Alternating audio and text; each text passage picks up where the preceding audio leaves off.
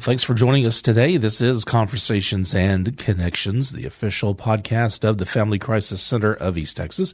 I'm Stuart Burson with you on this week and just fresh off of vacation. Took the week after the 4th of July off.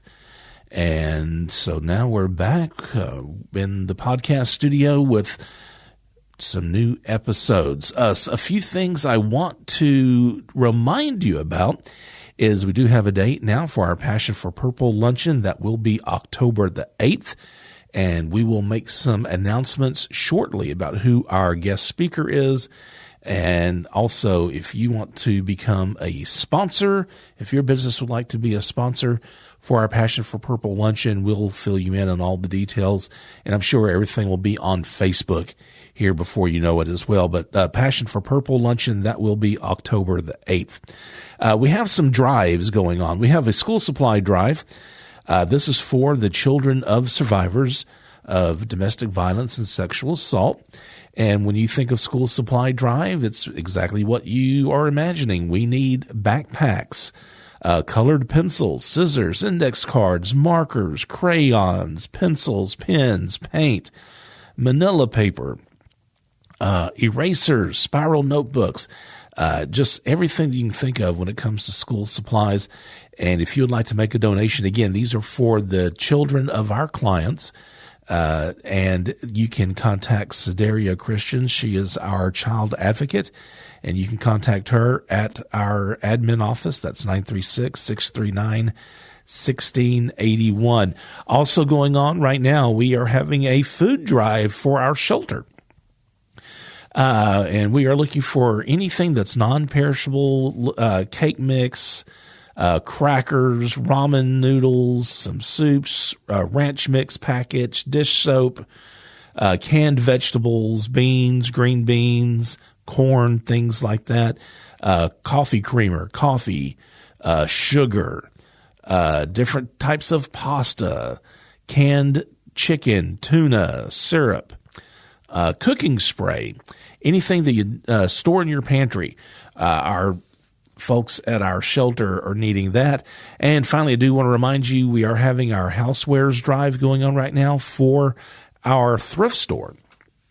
And again, when you think of the thrift store, a lot of people will think about donating clothing, which is awesome, of course, but also think about anything that you would have around the house, furniture, house decor, housewares, kitchenwares, small appliances, collectibles, antiques, knickknacks, things like that. And you can take these to our Lufkin thrift store at 206 West White House Drive, or our Nacogdoches thrift store, which is at 3909 North Street. And I think I am going to have Mallory Harris back on the podcast soon to talk about more in depth about all these drives that we're having. My guest today it's been a long time in the making. I have been trying to get this woman on the podcast for literally years. Donna Cowart, she is our licensed professional counselor at the Crisis Center. I've been wanting Donna to come on, and finally, I have her on the podcast today. Let's take a listen. This is my conversation with LPC Donna Cowart.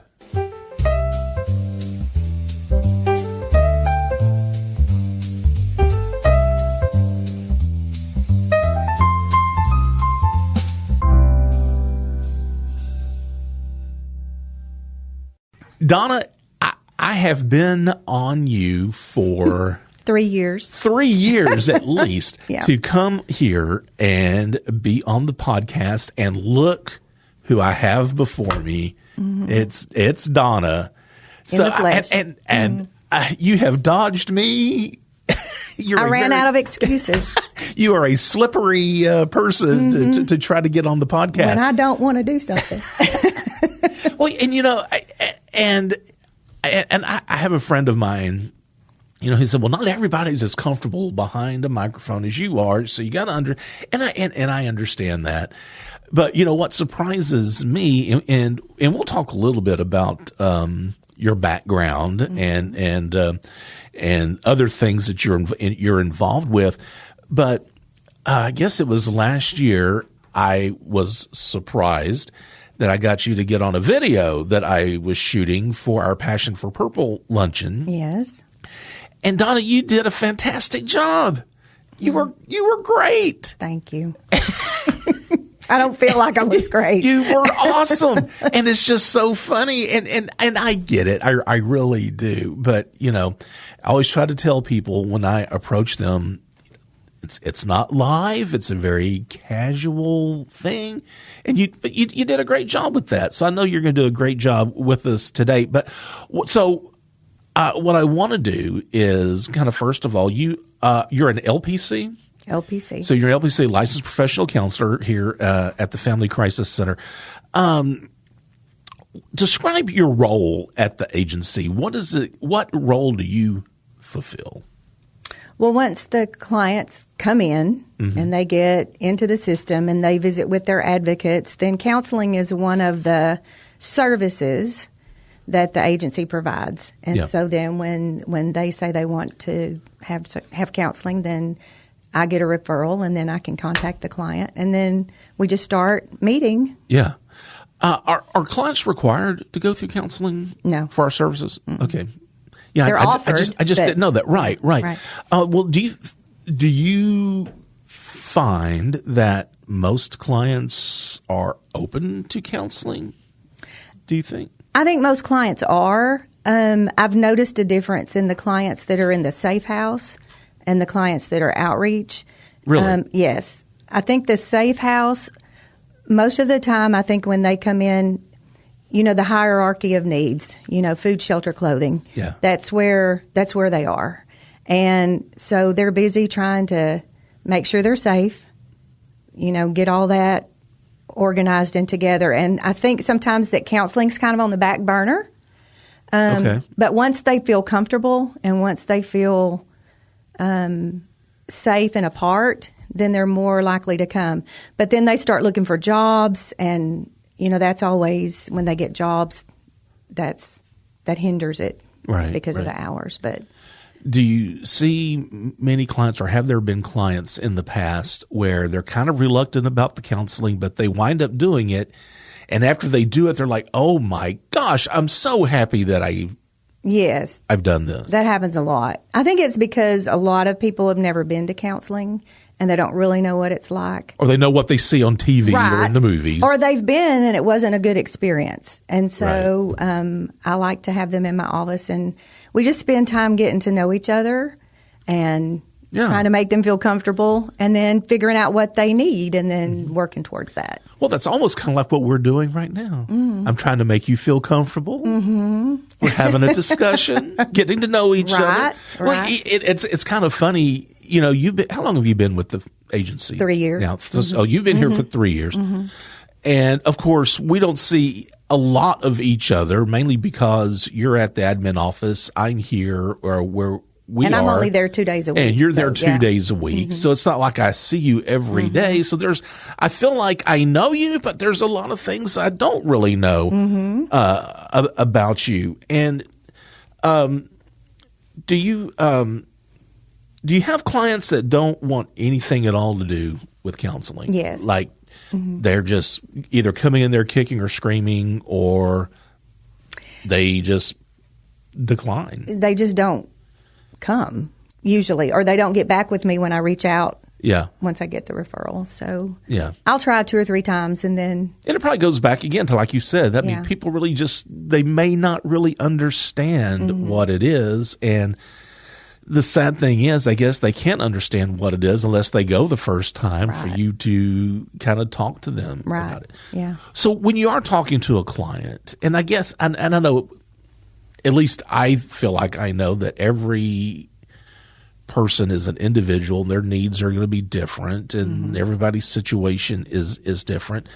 But can you kind of walk through the process, like for a client for the first time, when they come in, you sit down, how are you going to approach that? They may have experienced some of the most awful things that they've ever experienced in their lives. And how how do you get the ball rolling on something like that? Well, when they first come, the first day, there's always paperwork. There's a consent for counseling you have to fill out. So that's what we start with. Yeah. But after that, I just tell them that this is our day to get to know each other, and I'll ask questions.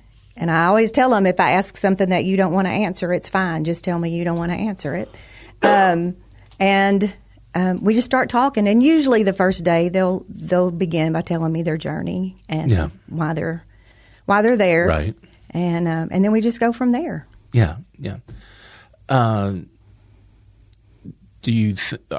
people, again, going through such stressful things and experiences? Are people willing to open up about things? Most of the time, yes. Okay. They are. I hope that I provide a real comforting place so that when they walk in my office that they feel safe and that they can trust me. And usually they'll open up and tell me. Okay. So, all right. Do you ever work with the children? Yes. Okay. And that's something that I want to make sure everybody knows, that as our facility, our agency, yes, we're going to work with survivors, victims of domestic violence, sexual assault. But how many times do people realize that there's other victims involved, maybe indirectly? Yeah. And that's where the children play a part. How do you approach that? How do you approach a child when it comes to counseling the trauma? And I'm kind of careful how I word this, because I almost said the trauma they weren't the recipient of the trauma, but they are. But they are. Mm-hmm. Maybe not the physical side of it, but they are affected by this. Yeah. What's the difference when you're talking to a kid, talking to a child? Well, first off, you spend several sessions just playing games and getting them to know you. Kids, sometimes they're quicker to trust, and then sometimes they hold back more. So you just really have to play it by ear. But I usually spend a lot of time playing games with them, and we talk while we play games. Right. But and then you just follow their lead. Usually, if they were firsthand witnesses, they talk more. Okay. If they maybe just were on the hearing of it end, sometimes it affects them differently, and so they don't speak out as much. Sometimes they don't speak at all because they're afraid they're going to get somebody in trouble. Well, and I guess that kind of goes in, or kind of leads into what I was going to also ask you, is how does domestic violence affect the kids in a household? Yeah. If they're directly involved in it, it affects them. It can affect them in all kinds of ways. It can do nightmares, or acting out at school, or just being rebellious, just because they don't know how to talk about it. Right. They don't have the words sometimes. And so a lot of times that's what we talk about. And I try to give them words so that they can express their feelings, because they don't know how. Right. But it affects them. Yeah. And I think, and again, that just goes to show you, so many people don't realize that it's not just the two adults that this is happening to. It does affect everyone in the house, including the kids. Do people, and I always talk about, whenever I talk to teens about, whenever I go out and I do stuff on teen dating violence, I always talk to teens about, sometimes you're in a dangerous or an abusive relationship or an unhealthy relationship. A lot of times we're in the relationship, but we don't ever realize it. And I may age myself when I tell them this, but I always talk about that analogy. You can't see the forest because of the trees. you're right there in the thick of it, but at the same time, you just don't really realize what's going on. Do people recognize a lot of times that they're in an abusive relationship? A lot of times, Stuart, it comes on slow. It's like a slow fade. Yes. And so it just increases gradually and gets a little worse and a little worse. Then they wake up one day and wonder how I got here. Yeah. So I think, if it started off like that, I think, yeah, they would know. But I think because it starts and it's such a gradual increase that it just, one day it just hits them that, yeah, right, I'm in an abusive situation. How did I get here? Yeah, yeah. And I'm sure with that comes a lot of denial, maybe. Well, yeah, it's not really that bad. Or, other people go through this too. That's just part of being in a relationship. And I hear this a lot. He doesn't hit me. So it's not that bad. So it's really not bad. He doesn't hit me. Yeah. But is it? So we get to talk about that sometimes. Yeah, and that's something that I think people need to realize also. It's, when you're talking about domestic violence, we're talking about dating violence. It's not necessarily physical abuse all the time. Whenever I talk to teens, we do talk about verbal abuse. We talk about sexual abuse. We talk about financial abuse. And that's something that's kind of interesting is the financial abuse that I think a lot of people may not think about. Right. Right. What is, and when we say financial abuse, what does that entail? What does that even mean? Well, a lot of times for some of the clients I've seen in my experience, it goes along kind of with isolation as well. Yeah. They're forbidden to go to work, so they don't have money coming in, so they have to solely rely on their abuser for anything, paying the bills or getting the groceries or anything. And so if they're not doing what's expected, then money will be withheld and they won't be able to get what they need. Well, in one example I always give is sometimes it may even be disguised as caring, like oh, sweetie, don't worry. When you're with me, I'm going to take care of it. The other side of the spectrum, yes. Like I'm going to take care of you. You don't have to worry about going to school. You won't need to. And sometimes I feel like all that's just a way to control. It's a way for that to exercise that power and control over a person. Yeah. And I've heard, of course, I don't have direct contact with clients, but I've heard of a client that may come to us for services that have been married for years. They have no idea how much money they have in the bank account. Yeah. And they may have even been working, but they were never allowed access to these funds.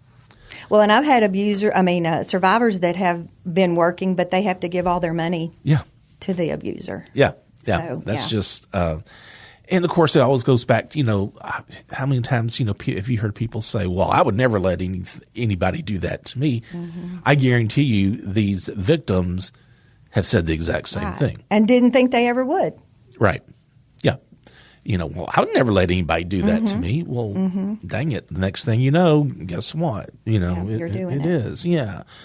Why do you think some people have trouble? We always have this stat that goes around the agency. It takes a victim leaving an abuser, they'll leave an average of, what is it, 7 times before they leave for good. Why do you feel that some people have a hard time leaving an abusive relationship?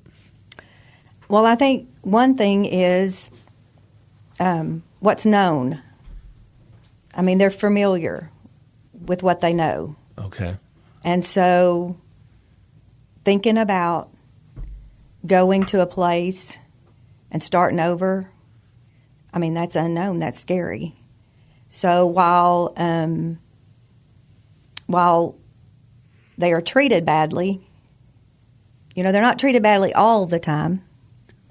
And so they believe, I promise, I'll do better. I won't do that anymore. They believe that, and they want to believe that, and who wouldn't?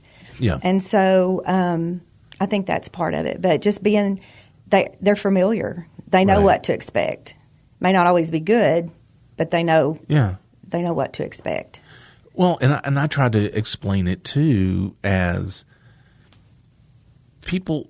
First of all, that victim, more often than not, they truly love the abuser. Absolutely. That's their husband, that's their wife, that's their boyfriend, whatever. They truly love that person, and they want to believe them that they're not going to do it again. Right. They want to think that they're going to change, and then too, it's being familiar and people that they have nowhere. And hopefully, that's where we come in. Right. But they have nowhere. Well, if I leave, I have nowhere to go. If I leave, I don't have a job. How am I going to? I don't have a car. Yeah. I don't have a means of getting anywhere. And I just, it always want to step in when I hear people. Well, it must not be that bad if they're sticking around. Well, you don't know what is going on. We cannot judge because we're not. You there. cannot put yourself in that person's shoes, knowing what's going on. And I'll be honest with you, Donna. Ever since I started working here, I've learned. I can't begin to tell you how many things I've learned. Me too. About this world that we're in DV and sexual assault prevention and this environment. I would say 10 years ago, I may have said the same thing. To be honest with you, Me too. I'm just being upfront. Because we didn't know. Right. I think taking on positions that we're in, we have to learn and we have to be educated just as well as everybody else. How can family members or friends, what can they do to support a victim? And I hear so many people say, "Well, that's their business. That's none of my business," or things kind of along those lines, I think sometimes the best way to support a victim is to ask what they need. How can I help? What can I do? Unfortunately, a lot of times they've burned bridges because they've tried, the family or friends have tried to help before, but the person keeps going back. Yeah. So they're like, I'm done. I can't help you anymore. So, but I think just mainly asking what they can do to help, being there to support them, believe them. That's another one. Should they lecture? I mean, should you? Well, what you need to do is X. What you need to do is blah blah blah blah blah. I think to answer your question, no. But I think they can offer suggestions because there might be things that the victims hadn't thought of before. But maybe it's the way you present those suggestions. Yes, too, right? Absolutely. But just being there, just knowing that they have somebody, goes a long way. So let's say we have a client and they have just made excellent strides. And do you see clients having a hard time moving on? And I guess what I'm thinking about is maybe moving on to eventually a new relationship. Now, my personal take on this is take care of yourself first. Get yourself lined up. Get yourself together before you even think about going back out there again and finding another partner. But let's say someone who has been away for a few years, they're ready to, take that next step again. Do you ever see some victims having a hard time establishing new relationships? I think it kind of goes both ways. Some are just ready and they just jump right in. But I think the majority of the ones who go through the whole process and get out and start, making their own way and being away from the abuse, I think most of the time they are so hyper vigilant on red flags and knowing what to look for this time. Yeah. That they don't get so caught up. Right. And that's not everybody. Right. But just they know what to look for. They know what they don't want. Yeah. Well, do you see the opposite sometimes? You see someone going back. It may be somebody different they're with, but it's the same thing that they've experienced before. It's just someone new. Yeah. Yeah. It goes both ways. Yeah. I was just wondering, because I always kind of wondered someone who just legitimately, okay, I got my stuff together. I went through this horrible experience with this person. I'm ready to move on. I'm ready to get back out there again in the dating scene. And are they kind of like you said, they're hyper vigilant, are they almost to the extreme to where they're very skittish about letting someone new into their life, I guess. Yeah. I've seen that before. Yeah. Almost sabotaging a new relationship. Yeah. It makes me wonder, too, what someone says if you're dating someone and they disclose to you, well, in my previous relationship, it was an abuse. It was, I experienced abuse. I went to a shelter. I stayed for a while, but, and how does that, I wonder maybe sometimes if they're reluctant to disclose their past like that to someone new also. Probably, yeah. Yeah. How did you get in this profession? What made you decide to pursue this career as a counselor? Well, I was a teacher. So I went and I taught for years, and then I went back and got my school counseling. Where did you teach? I taught at Central, and I taught at Hudson. What did you teach? 100 years ago. What I taught, did you teach? First grade, kindergarten, music. That's awesome. Really? Yeah. There's something I did not know. So you taught the little ones. I taught the little ones. And then I moved to middle. Okay. Well, when I was a counselor, I moved to middle school. How was that? I loved it. Okay. Well, let me tell you something. I have left people in dismay when I tell them, because, part of my job is working with school kids, right? And I've talked to first graders on up to college students. My favorite group every year especially like around February when I go out and I do teen dating violence or I do bullying presentation, my favorite group has always been the middle school kid. And I don't, and some people will look at me like you're crazy. Yep. And I think part of it is they're old enough to appreciate what you're trying to tell them and they understand and you don't have to, oversimplify things, and yet they're not too old to where they have established that I know everything mindset either. Yeah. I just that's to me that's the sweet spot. I love working with the middle schoolers. Yeah, I did too. So okay, so you were in education, you were in teaching. I went and got my school counseling, and I did that, and so. To be an LPC, though, you have to go on and get your supervision and do all that. So I did that because I wanted, at some point, to be able to have my own practice. Move a little bit closer to the mic. There you go. You're fine. See, and that shows, hey, you're relaxing. You're kind of sitting back. But you're good. Better. Yeah. Okay.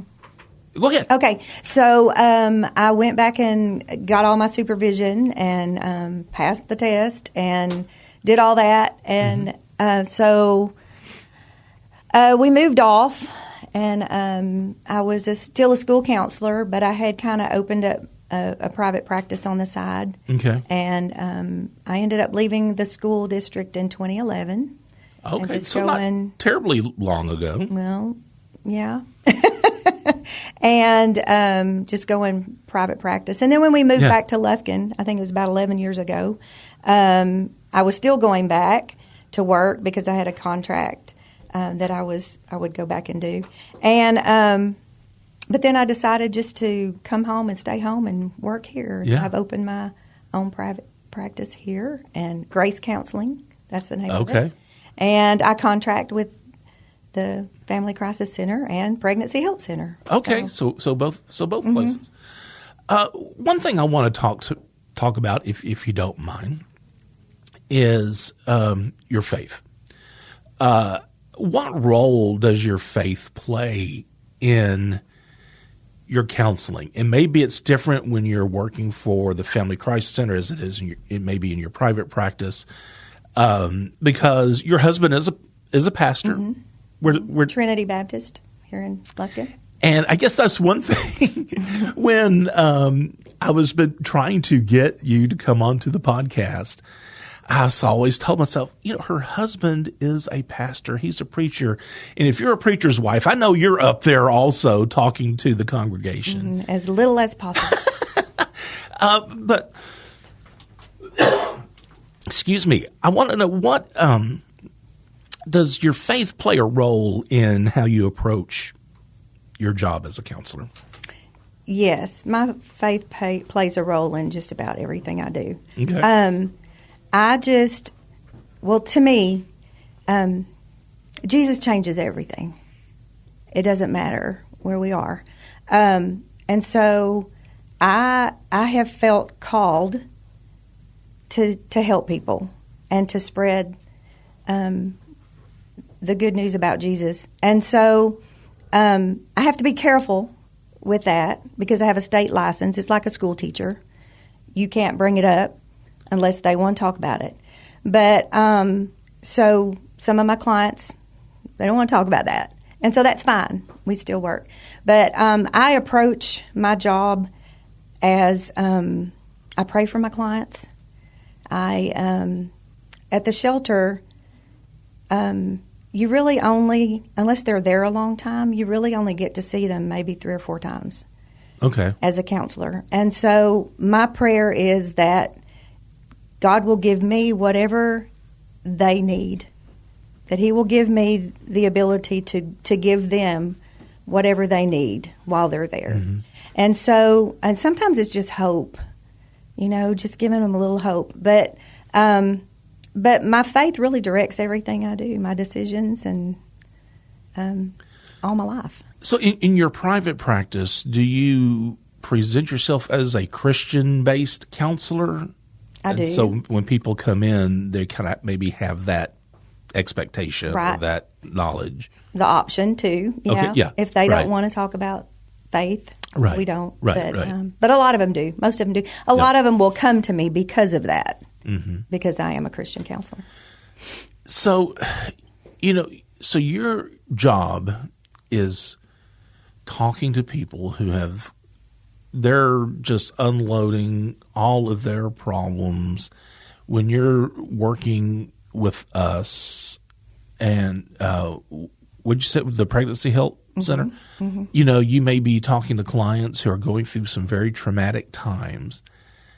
How do you, at the end of the day, when you go home, how do you process that and decompress so where you're not, or maybe, how are you not carrying that home with you at the end of the day? I think I'm able to compartmentalize enough that I don't. Now, some of the things we hear are absolutely horrific that we can't even imagine people doing. Right.